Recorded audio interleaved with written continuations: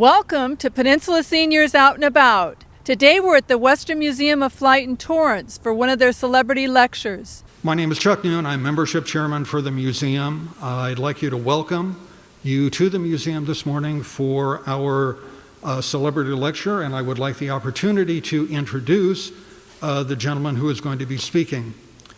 I'm really pleased to be able to do that because our speaker is a truly remarkable individual who has some really remarkable experiences to share with us. Test pilot, combat veteran, and captain of industry, Commander Bob Johnson, U.S. Navy retired, has had enough remarkable experiences to fill several careers. And so I have the special honor of introducing Commander Johnson. Bob, the podium is yours.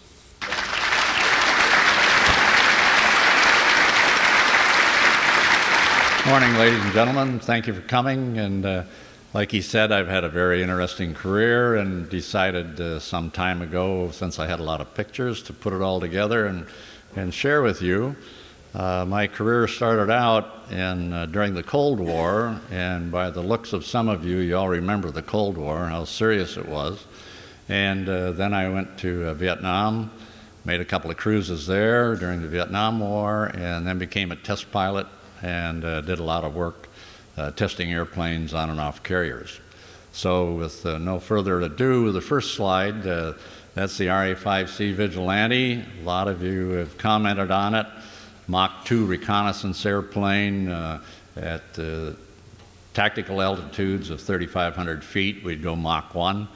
We were like an SR-71, only we were tactical, where they're strategic. So we could fly at low altitude and bring back the information we needed back to the carrier. My career started, I knew you'd love that, as an NROTC scholarship at the University of Wisconsin.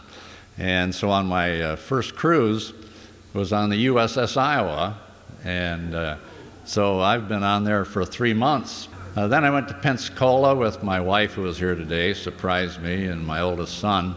He wasn't with us then. And learned how to fly in the T-34B Mentor, Beechcraft airplane. Did acrobatics, did quite a few things, but learned how to fly. Then I went to the T-28 for the fighter attack program.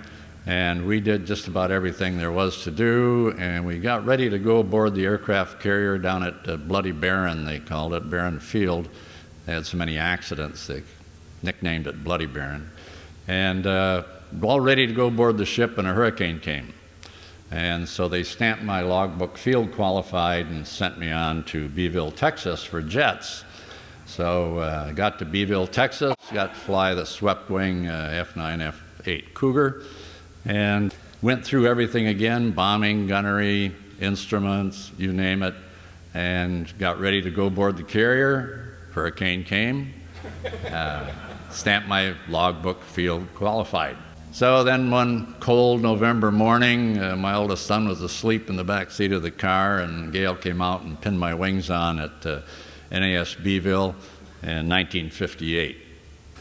Then I got assigned to the A3D Sky Warrior. All of them were built right down here at Douglas, and quite a big airplane, and it was the Navy's B-52. We were all involved in the SIOP, or the Single Integrated Operational Plan, with the Air Force to carry nuclear bombs and could hit China and Russia from the ocean. And so guess what? My first landing was in the A3D.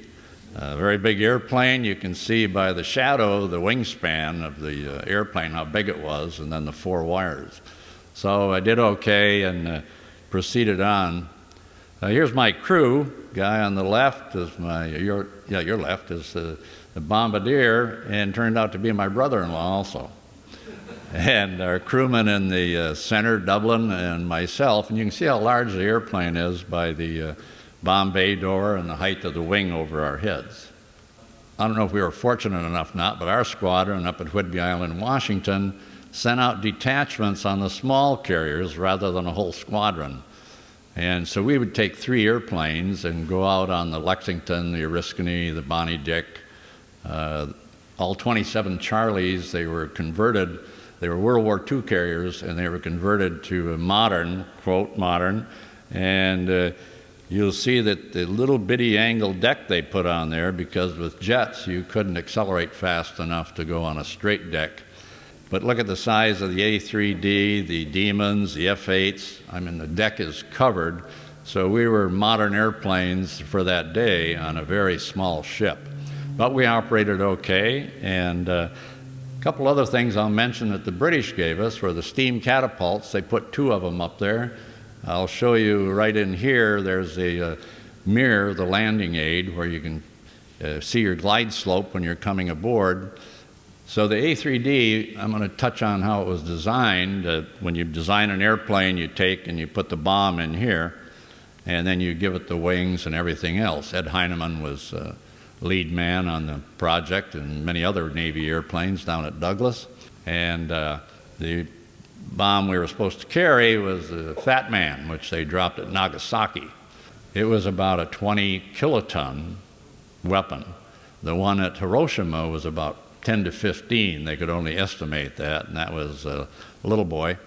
And so that's what they designed the airplane for. But by the time it became operational, and you can see how big it is. This is down at Pensacola. If you ever have a chance to go to Florida, you got to go to the museum at Pensacola. This is Bimini Atoll, where they did the underwater tests, and that's a 40 kiloton weapon. And if you look close, you can see a vertical ship here and another one in the water here. So I'm giving you those numbers so you can see what happened later on. So this is the B-27, Mark 27 we called it, 2 megatons. That's what we carried, 2 of those in the bomb bay of the A-3D.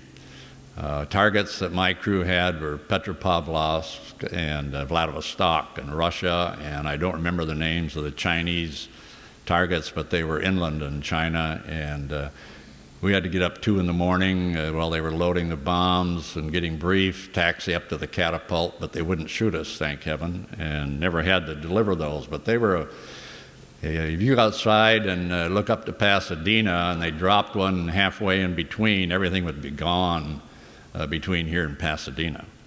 So it was a very strategic weapon. So then my next cruise, they did the Mark 28, and as a tactical weapon.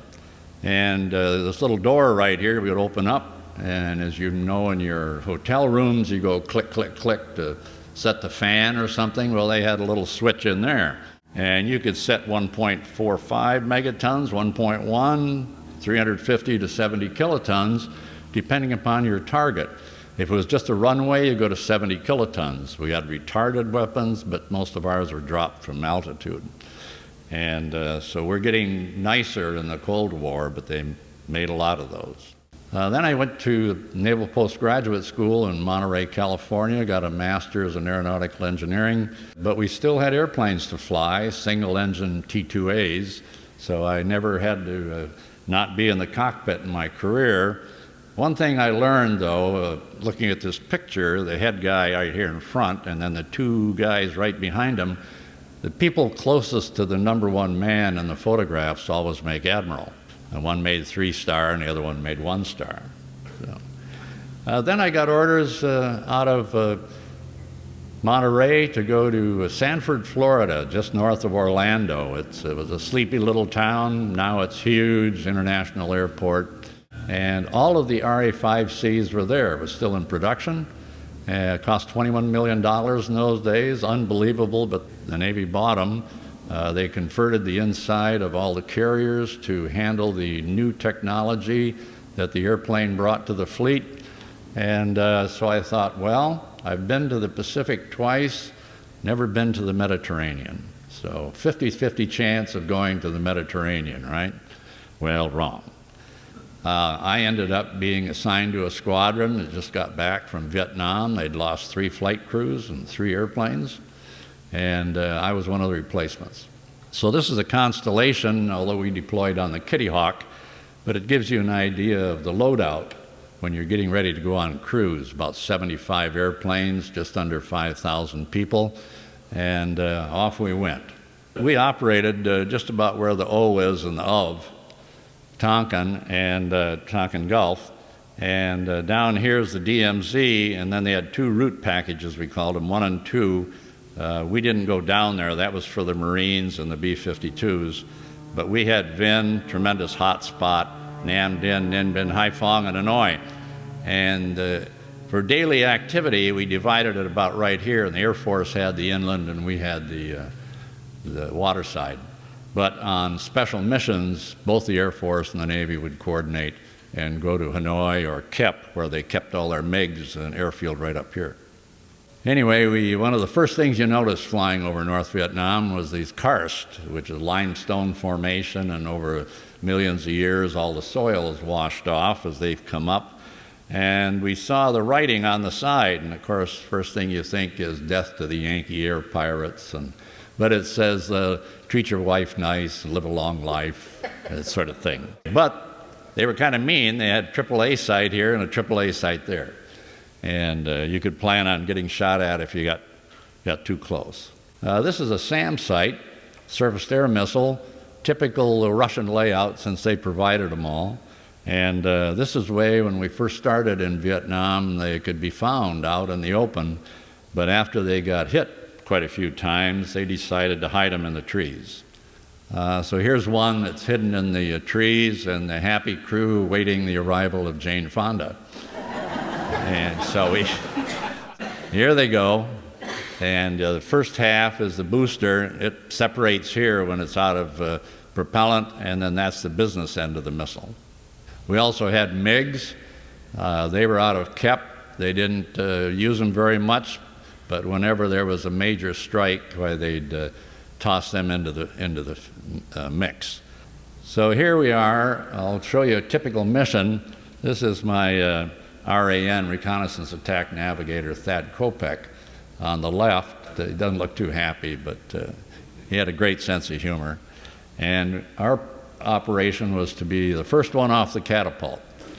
And our job was to go to Haiphong. We had a thermal power plant there that was going to be hit. It was a target selected by the President and Secretary McNamara back in Washington.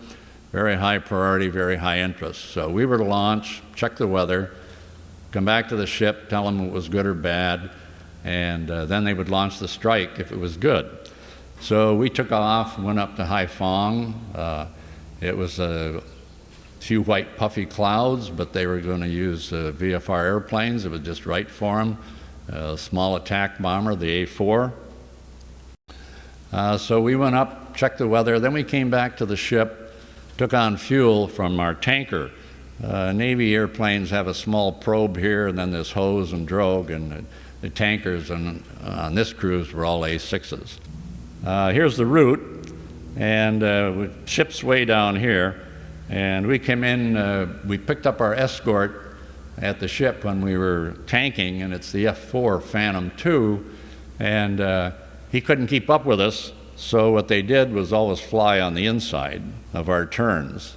They weren't there to protect us, they were there to report where we got shot down. So anyway, we come hustling in here at low altitude, right on the water, about 100 feet, so the radars can't pick us up, although they've just been bombed, and guess what? They know we're coming. So we pop up to about 3,500 feet. That's about the optimum altitude to fly at. Your best chance of survival is the AAA can reach you, but not as well. Small arms fires can't. Above that, the SAMs will get you, so they have trouble hitting anything at 3,500 feet or below. But it took us, first two cruises were real tough lessons in learning that tactic. So we've accelerated now, we're about Mach 1. We're heading up here so they don't know, they may think we're going to Hanoi, which is right over here. We make a right turn, pickle out some chaff to give them a radar reflection to every time we turned. They called it jinking, and it was very effective. And you jinked fairly often because it took the AAA radars so many seconds to acquire you and then start shooting, and you wanted to turn about just before they did that. Then we went head north again, and during this turn we were able to put the radar right on the target area, and so I'd have steering. Even though I could see it, it's all brown and gray on sunny days even. Then we headed north, then we made a 90-degree bank and turned right to head for the target. We got little AAA. This is a center camera looking straight down, so at 90 degrees, we're looking out at the AAA starting. Then right here was the target, and we have to go straight and level. They're all mad. We were in there just a few minutes after they'd been struck, and they all come out of their bunkers and are looking for us. And so then we get out over the mud flats, turned out to sea, feet wet, and back to the carrier. And a total of 4 minutes, but speed is life. And so we made it back out. Then we trap aboard, and they take all the film we've got, take it down into this big integrated operational center, and make pictures. And with the technology of the day, they wanted it back in Washington, D.C. as soon as possible for the president and the secretary to review, because they named the target, the date we'd hit it, and so forth. So up here's the target. You can see the 2 cooling towers. Over here they're loading the weapons on the A4s, getting ready to launch. That's the Phantom escorts that go up to altitude and provide combat air patrol to watch for MiGs. Here's the explosions going on. This is over the ship where I picked up my escort. The A4 coming back aboard, Air Wing Commander, Combat Air Patrol. Lower left. And here's the skipper of the squadron that did the bombing, the captain of the ship, and the Air Wing Commander. But over here are 3 admirals. We had a total of 7 stars. There was so much interest in that strike. And they called these alpha strikes. Every once in a while, fairly often, they'd call an alpha strike where they'd take a whole bunch of planes from the air wing and go in and strike a special target. And then down on the right, you see the aftermath of the explosions. Then I came back home. We were still in Sanford, got orders to the U.S. Naval Test Pilot School at Patuxent River, Maryland. And here you can see a couple of the Test Pilot School airplanes, the T-38 and the T-2C, and in the shadow, it's an advertising picture. There's the F-18 and the F-14. One of the interesting things we got to do is our class took a field trip to Wright-Patterson Air Force Base.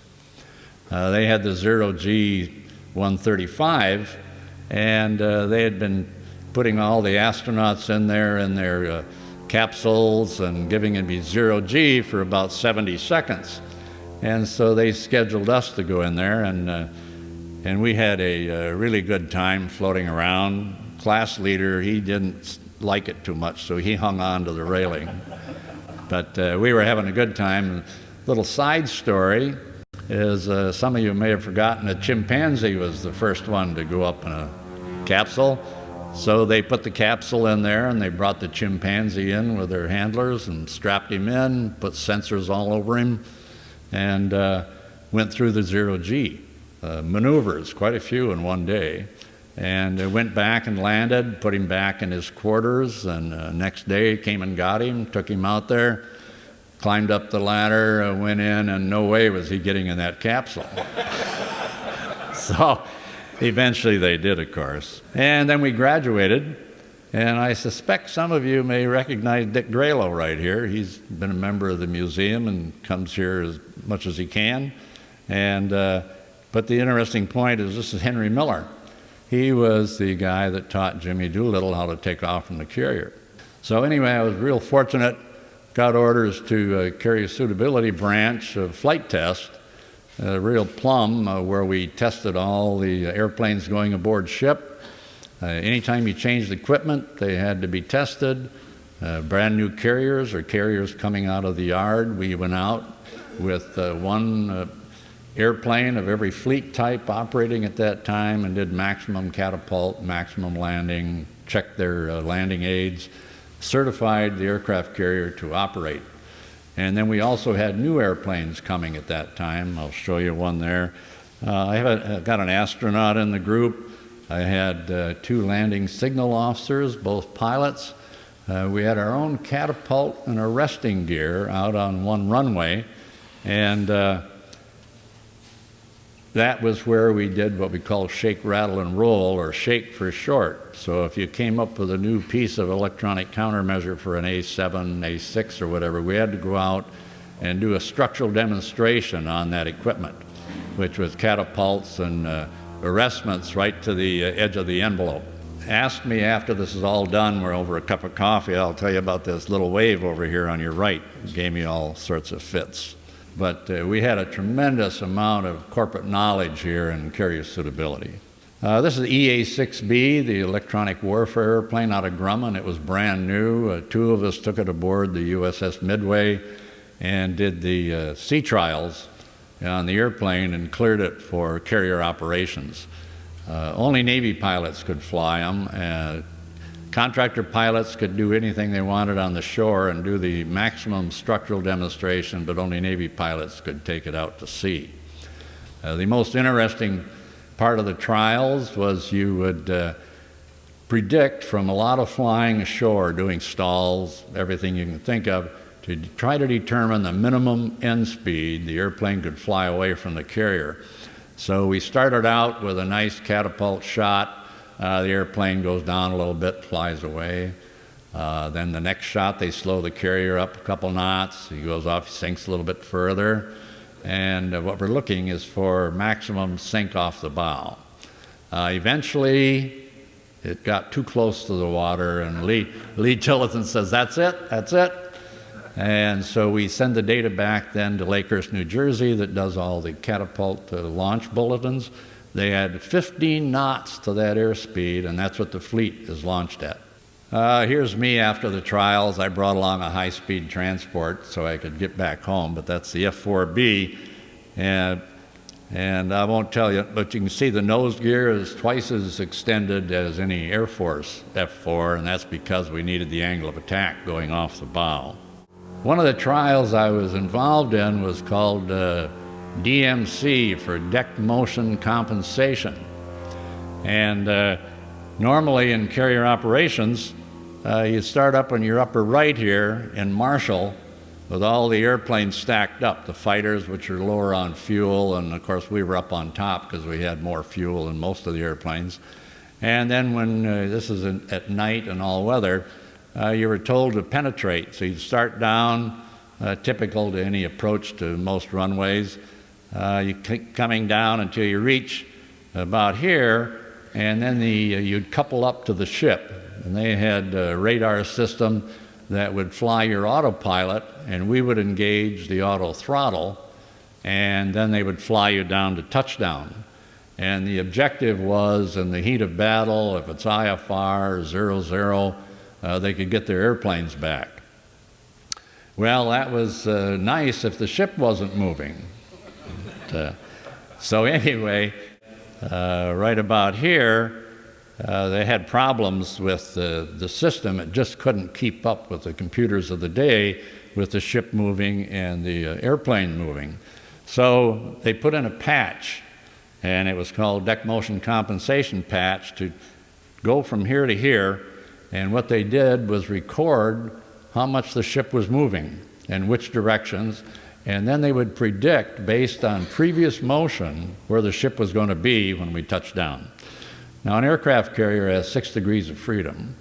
It goes up and down, of course, it goes yaw, it goes heaves, it goes sideways, depending upon the sea. So we were out on the Coral Sea, and the program manager was on board, and we had just cleared the Coral Sea for carrier operations, and the automatic carrier landing system program manager had alerted the Naval Weather Service to tell us where the roughest seas were that they could find. Well, they sent us a message, said up northwest of the Farallones, just off San Francisco. So in the middle of the night, off we go. And I woke up about 2. Things were falling off the overhead. I'd never been on a ship, even a destroyer, that moved that much.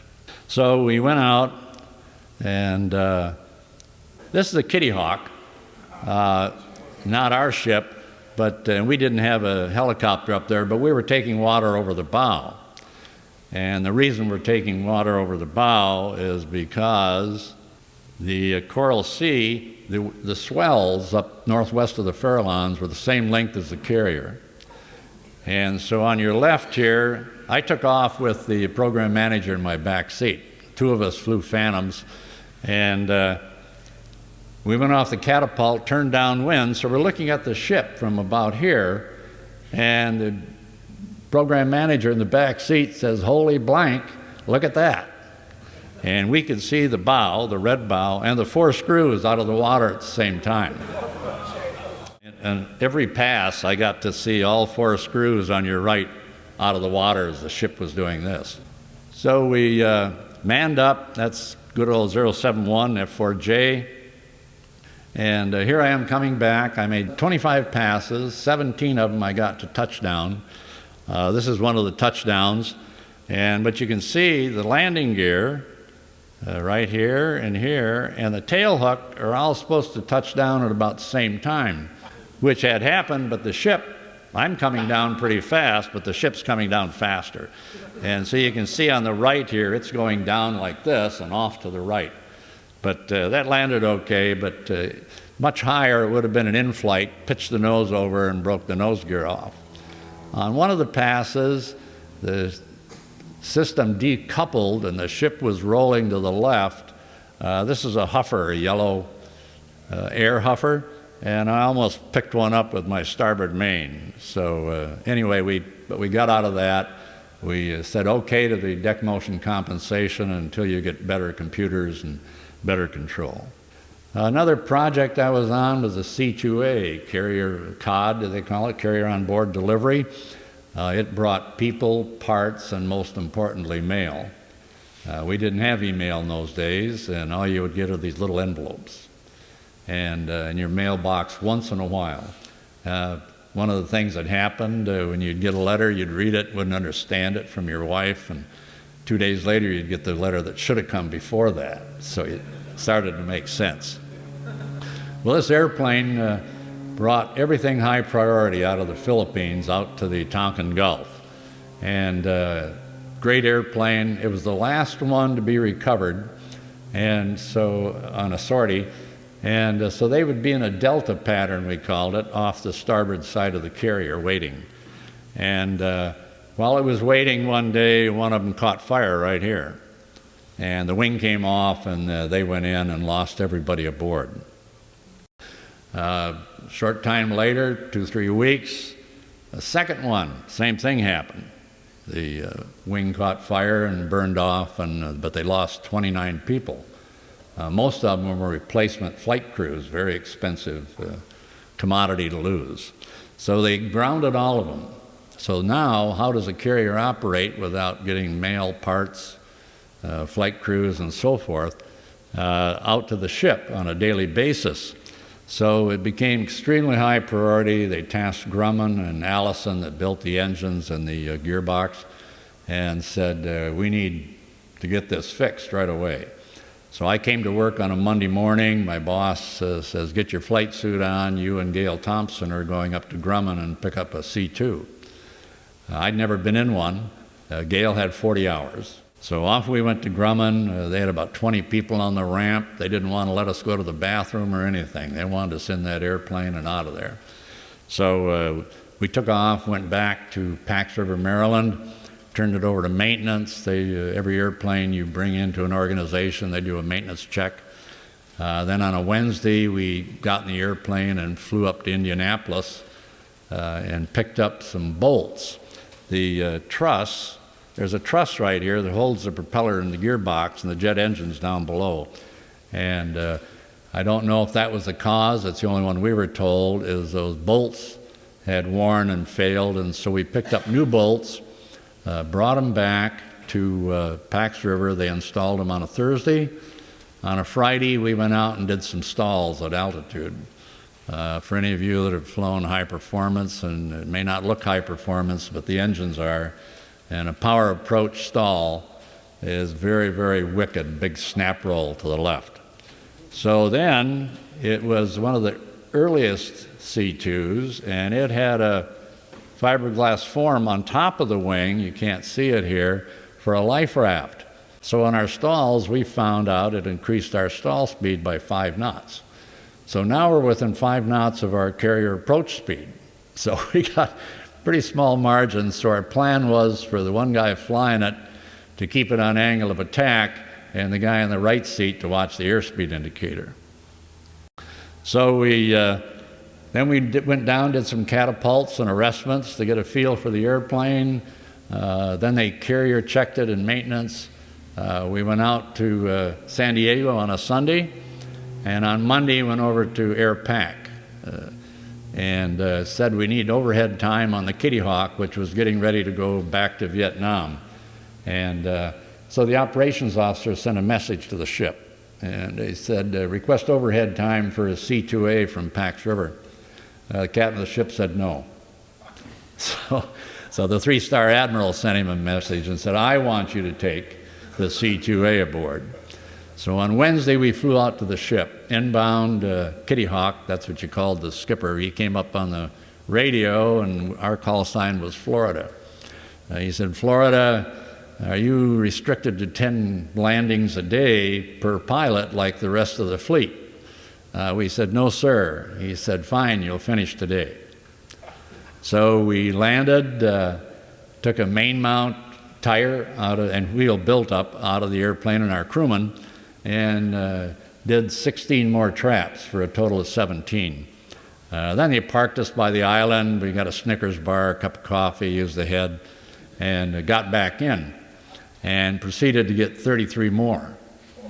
And setting a record for carrier landings in a day, we loaded our main mount on, and our crewman flew in back to North Island down in San Diego, and what awaited us was minimums, 200.5. So we did a GCA, and everything was great. So then we wrote a message the next day, cleared all these airplanes, operate aboard ship, and get back to the business they're supposed to do. This is my airplane, my tail design, and I was skipper of the squadron. We went to the Indian Ocean, and we were the second carrier ever to go and operate in the Indian Ocean for a while. And so we went into Kenya, Mombasa, Kenya, right here on the coast, for 4 days of liberty.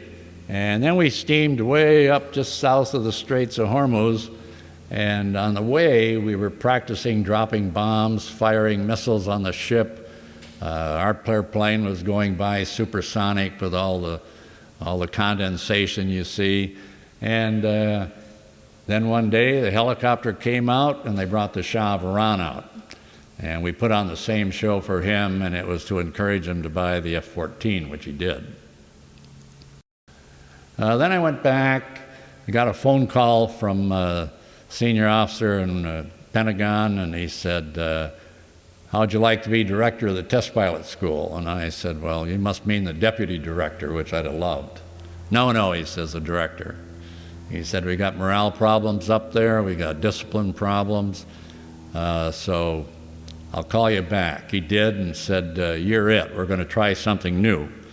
And usually on your lower right here, captain's stripes, they'd take a very senior captain who'd been a test pilot and make him the director of the school, but it wasn't working in this case. And so I was getting ready, change of command was a couple months away. I got a phone call again. He said, move up your change of command. They just lost 2 airplanes and 3 student test pilots. So I said, yes, sir, and drove straight through from Key West, Florida, and took over the school on January 2nd. So we had a pretty big operation. We had 37 airplanes, 13 different types. We trained all Air Force helicopter test pilots, people from all over the world, Sweden, Germany, Israel, Japan, and my maintenance, turns out, was 250 people. And a lot of those were contract, some were Navy, some were Marine, some were Army, and but it all worked. And so we had a very successful tour there, no accidents, no incidents. And but had a little bit of fun, took some of the test pilot school staff over to the British test pilot school, where I had an opportunity to fly the Lightning and the Jaguar, 2-seater, of course. They wouldn't give me a single-seater. Then we went down to the French test pilot school, which our school hadn't visited in years and years, and they were really excited to see us. I got to fly the Mirage 3. Then I retired, and went to St. Louis and was head of marketing for the F-18. And we sold it while I was there a year and a half. We sold it to Canada, and shortly after I left, Spain bought it. And the reason we left St. Louis, the first winter was the worst in history. And the second winter was the worst in history. My dad said, "Bob, this is the worst place you've ever been stationed."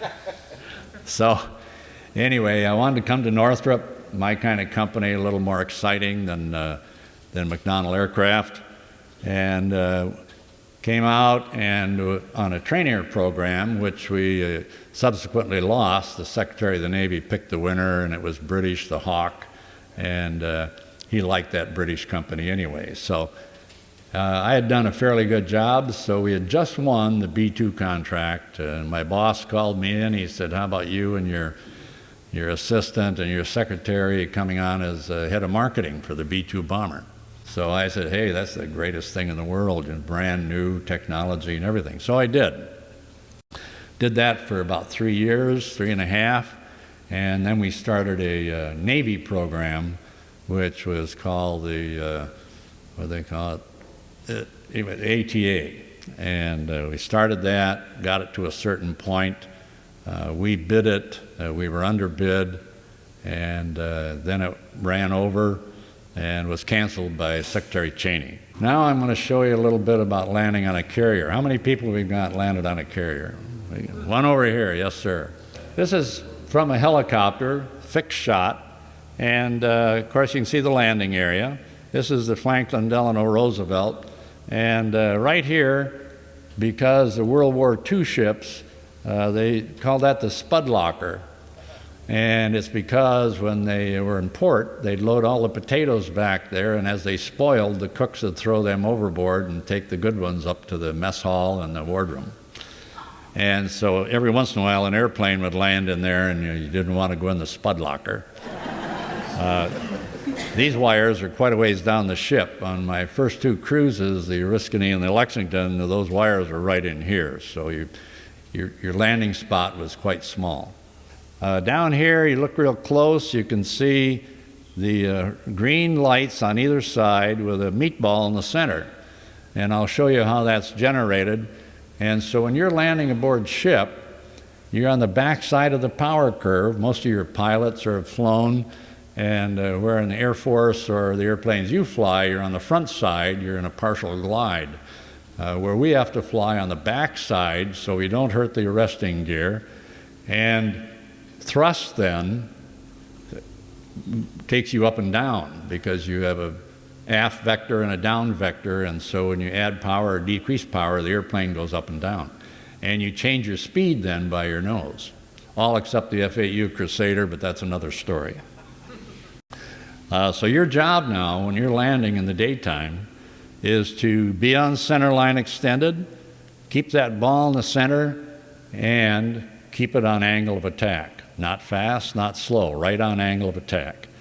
And let's see, I think the next one I'll show you an example, and I want you to watch close and see if you can watch that and fly the airplane on angle of attack. This is the mirror I was talking about, another British invention. It's concave mirror, and it has stabilized horizon lights here. These are the cut lights for the few props we were still operating. Now, the red lights are wave off.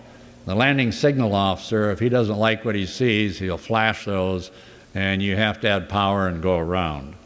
Then way out here where I'm standing, we had source lights, amber lights, and once they hit the concave mirror, it formed one ball, and so they were all focused there. Now that mirror was stabilized, so as the ship did this or any motions, the mirror would stay fixed to the surface of the earth. And that was your main landing aid for hitting in the arresting gear. Okay, here's a landing. Carrier airplanes use about 10% of the runway required by land-based aircraft and are designed to hit the deck at sink speeds up to 25 feet per second. About 3 times the speed and 9 times the impact energy of a typical land-based aircraft. To take these kinds of loads requires a heavy-duty landing gear and supporting structure. An arresting hook system integrated with the fuselage to withstand a deceleration force up to 6 Gs on some aircraft, and a fatigue life that will see the entire structure safely through some 6,000 carrier landings. Anyway, you have to remember you're sitting in a cockpit, you're up the top of your seat, you're probably sweating because you've been waiting at low altitude, you got a mask on, you got a helmet on. That picture I showed you of the two of us getting ready to go to Haiphong was you're carrying about 45 pounds. And so you're doing all this while you're staying lined up. Gypsy 206, Tomcat, I'm on manual. Manual pass. Ball 5.0. Roger, ball. We got 25 knots down the angle. They did a physiology study of Navy pilots during actual combat missions. They measured things like pulse rate, heartbeat, adrenaline flow, and breathing patterns. And they found that the needle quivered most when the pilots came back to land on the deck of the aircraft carrier.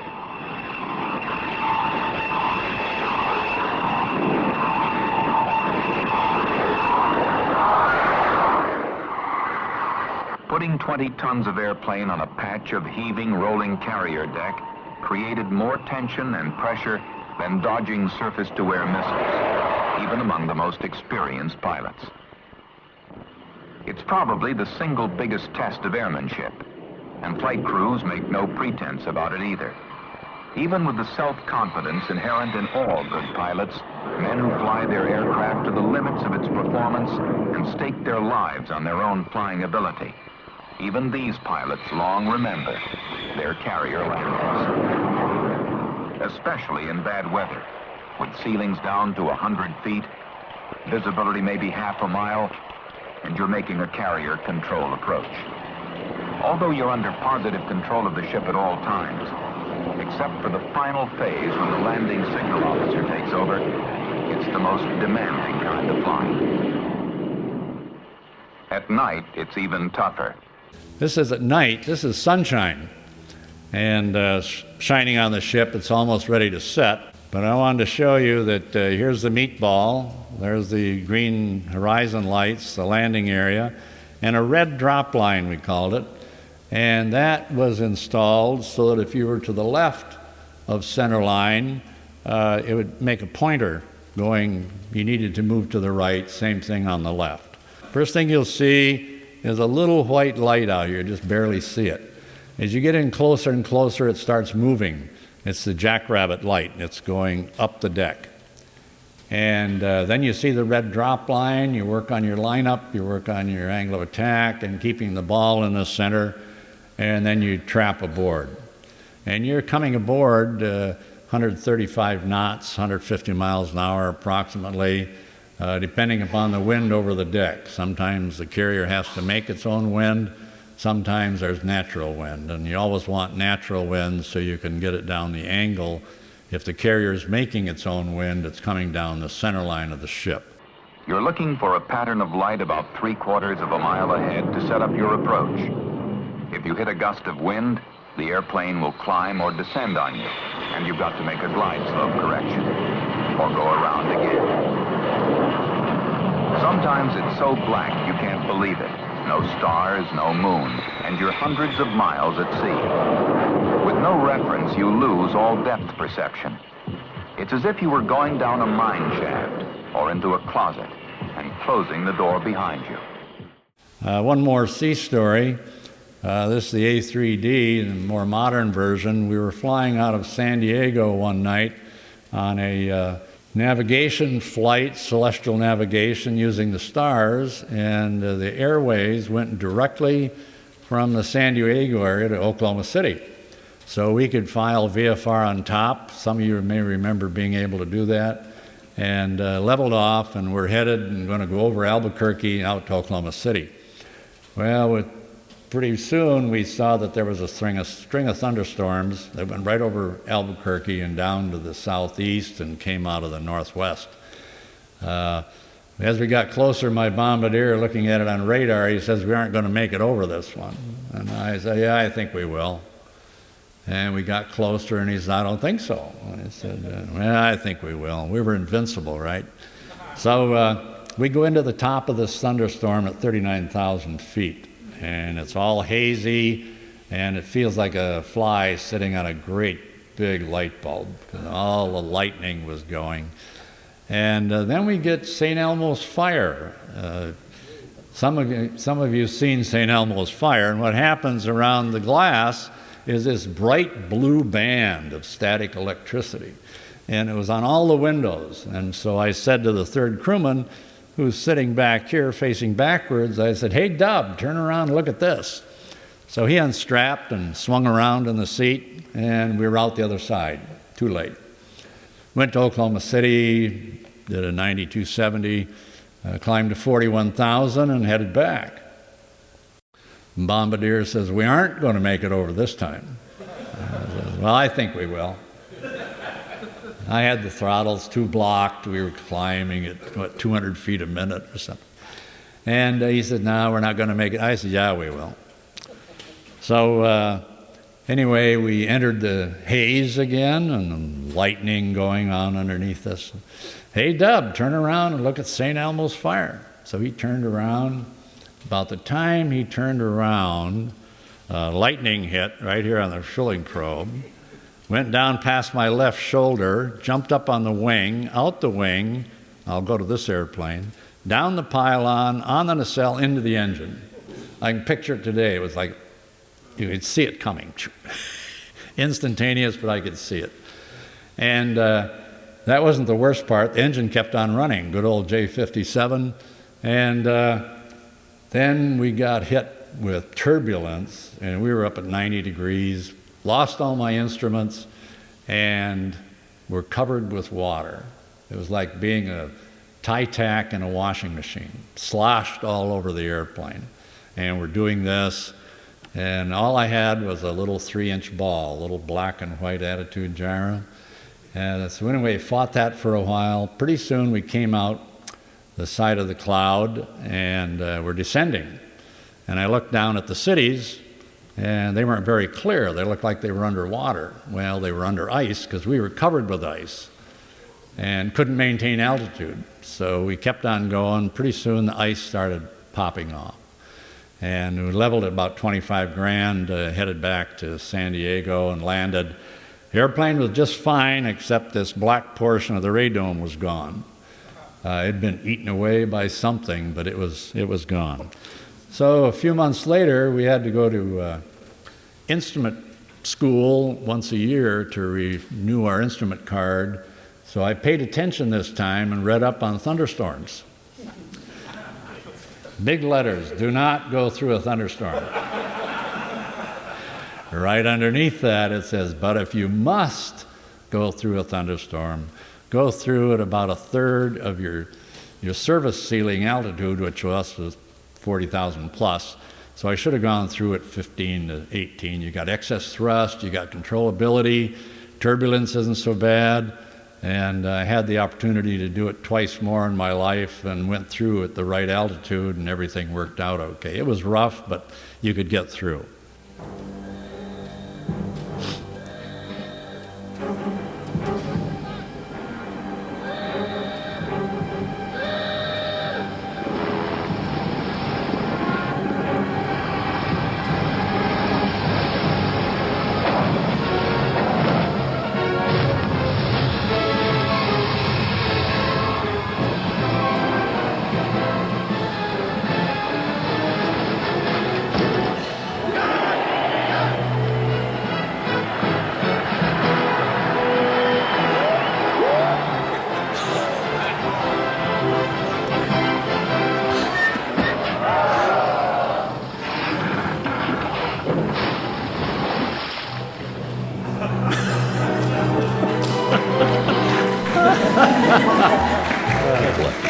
See, I told you they'd like it.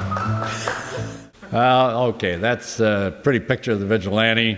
Quite an airplane. It could almost do another talk on just that airplane. There's a lot of interest in it.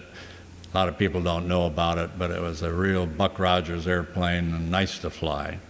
So, how about questions? Yes, sir. He said, you should be sweating coming aboard ship, and the answer is yes. And he said, if you're not sweating, something's wrong with you. And that's true because there's a lot of activity.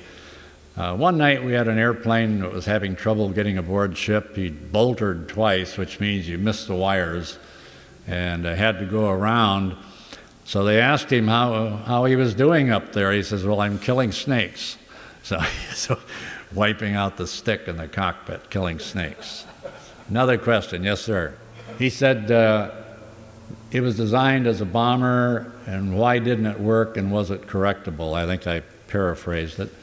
And so it was to replace the A3D, supersonic, go into Russia again and China, drop nuclear bombs.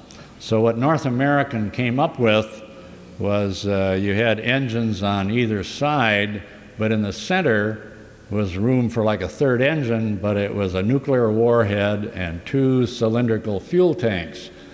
And the plan was, as you went heading for the target, it would be ejected out the back of the airplane by a cylinder about this big around with black powder in it and shoot it out the back. And as it came out the back, it would then go like this and descend to the target.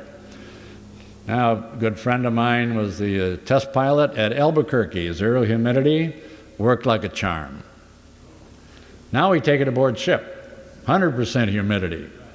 This airplane required a lot of air conditioning. So as it was sitting on the deck being worked on, air conditioning running, it was water dripping all over the flight deck. Electronics didn't like that at all. And about the same time, the Air Force said, we've got the nuclear bomb area covered with our B-52s and oncoming airplanes. So the Navy said, well, we need a reconnaissance airplane. So they took the A-5A, Vigilante, and they put a canoe on the bottom. Actually, all the equipment's up in there, and above it, the huge cameras, infrared, side-looking radar, electronics. We had 96 antennas on the skin of the airplane to intercept radar transmissions and then plot them back aboard ship. So it wasn't correctable, and it was going to be canceled as a bomber anyway. So next part of your question?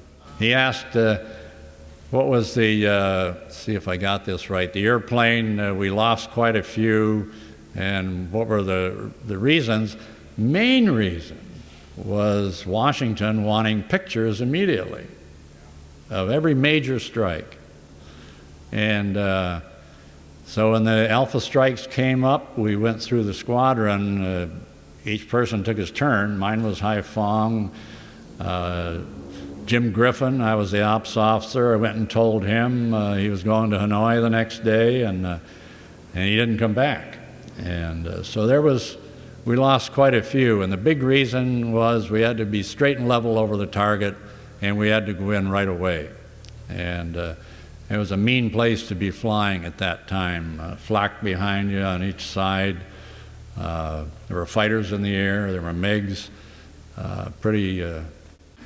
Pretty fortunate to get through it, but a lot of them didn't. Does that answer your question? Okay. Any others? How much endurance could you have with external tanks in the RA-5C? And of course, you can't go supersonic, as you know well. And so we brought one set of tanks with us in case we had to do a transpac or something like that across the Pacific.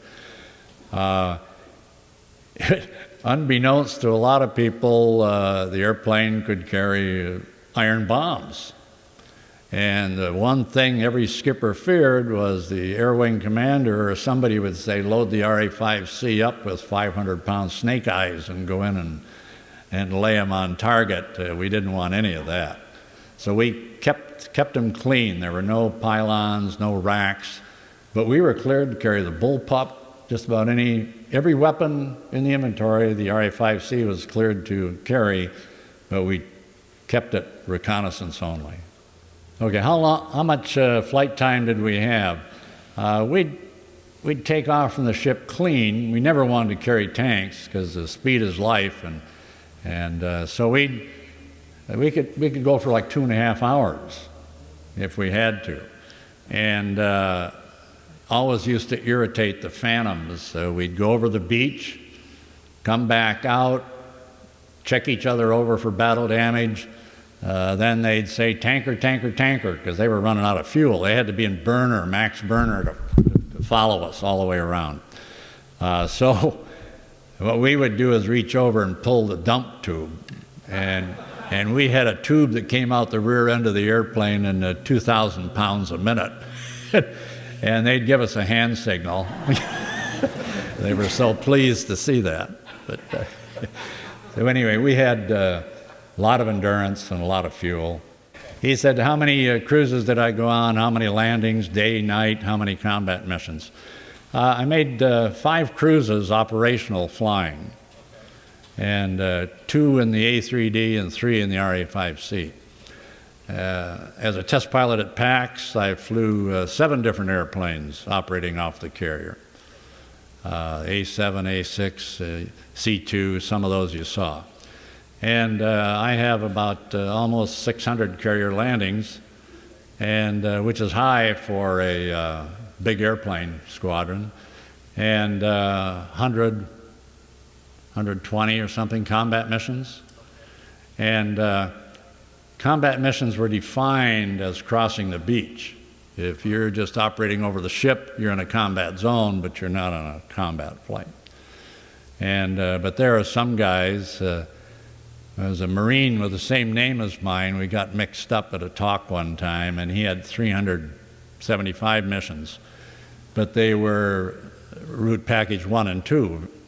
Very little AAA and very little getting shot at. But there were some Air Force guys and Marines and Navy guys that flew a lot of hairy missions, a lot more than I did. However, the majority of ours were those alpha strikes where you knew it was going to hit the fan when you went on those. Well, thank you all for coming, and great time. Thank you for watching Peninsula Seniors Out and About here at the Western Museum of Flight in Torrance. I'm Betty Wheaton. I'll see you next time.